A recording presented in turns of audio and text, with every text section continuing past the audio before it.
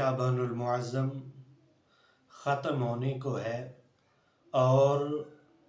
آنے والا مہینہ اللہ کی رحمتوں، بخششوں اور خاص انعامات کا حامل مہینہ رمضان المبارک کا ہے۔ یہ وہ بابرکت مہینہ ہے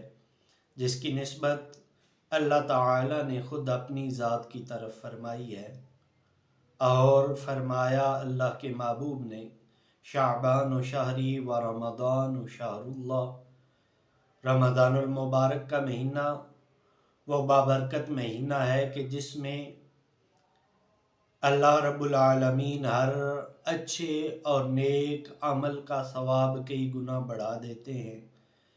جتنی بندے کی نیت اخلاص پہ مبنی ہوگی،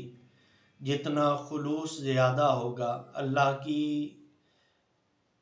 عبادت کرتے ہوئے عاجزی و انکساری جتنی زیادہ ہوگی، اللہ تعالیٰ اتنا زیادہ اپنے بندے کو اجر عطا فرمائیں گے۔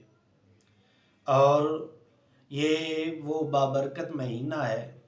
جس میں اللہ کے پیارے محبوب صلی اللہ علیہ وآلہ وسلم چند وظائف اپنے پیارے صحابہ کو عطا فرمایا کرتے تھے۔ پہلے نمبر پہ کلمہ طیبہ کی کثرت، دوسرے نمبر پہ توبہ و استغفار، تیسرے نمبر پہ جنت کی طلب، اور چوتھے نمبر پہ اللہ کے پیارے محبوب صلی اللہ علیہ وآلہ وسلم اپنے گناہوں کی بخشش مانگنے کا اہتمام کرنے کا حکم ارشاد فرمایا کرتے۔ اور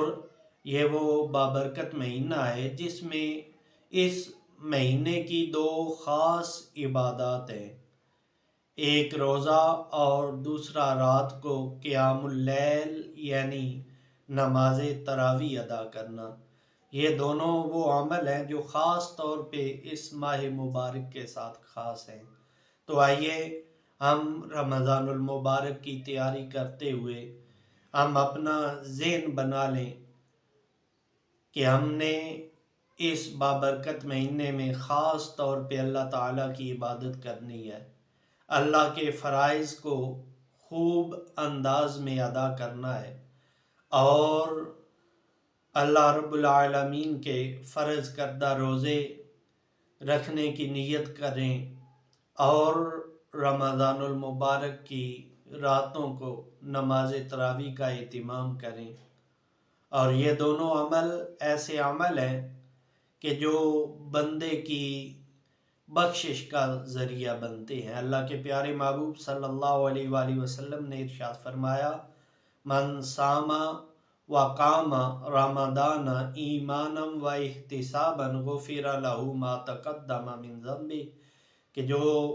بندہ رمضان المبارک کے روزے رکھتا ہے اور قیام اللیل کرتا ہے یعنی نماز تراویح ادا کرتا ہے، اور اس کی نیت یہ ہے کہ وہ اللہ پہ ایمان لاتے ہوئے اللہ کی بارگاہ سے ان اچھے اعمال کی جزا طلب کرتا ہے، تو اللہ کے محبوب نے فرمایا ایسے بندے کے تمام سابقہ گناہ اللہ تعالیٰ معاف فرمائے۔